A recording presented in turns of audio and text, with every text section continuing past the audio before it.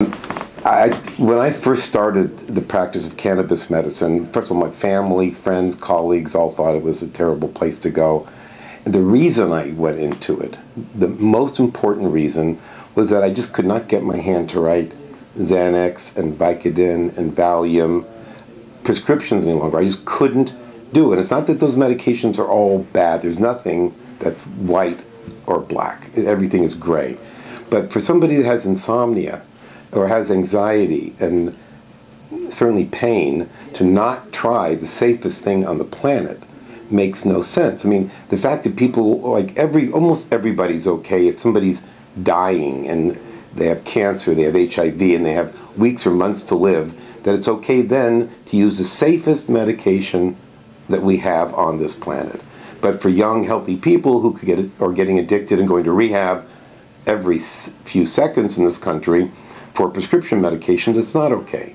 So that's what drew me into it. And the results that I've seen have been way beyond what I could have possibly expected. I mean, before I started working on cannabis medicine, I really wasn't thinking about tinctures. I knew that they existed, but I had no idea that I could give somebody a few drops of a tincture and they walk in with a cane, literally. I mean, hundreds of patients like this, or with walkers, and by the time they leave, I mean, I don't want this to sound too much like a Jesus save thing, but they forget their walkers, they forget their canes.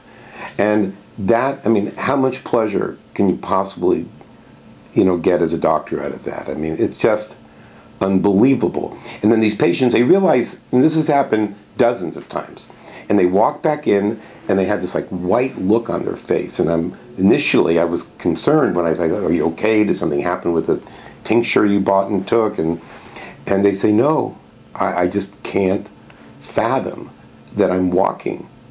Cannabis is just such a wonderful gift because it can be social, and it can be medicinal, and it can't harm people. And there is, I mean, can people abuse cannabis? Of course. I mean, anything can be abused. Now, addiction of cannabis is extremely rare.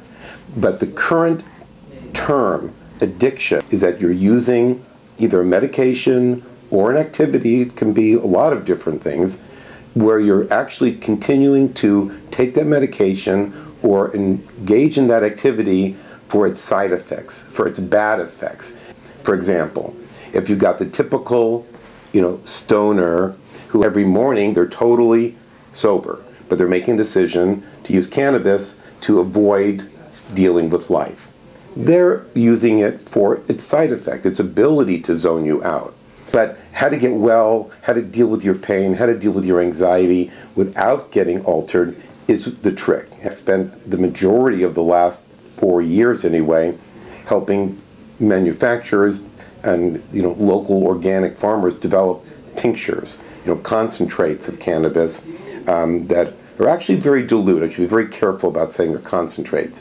They're almost in not true homeopathic doses, but sort of a homeopathic dose, very low dose. And patients put this underneath their tongue, they swirl it around their mouth, they take a few breaths, and they do not get altered. They don't get stoned. They just get well.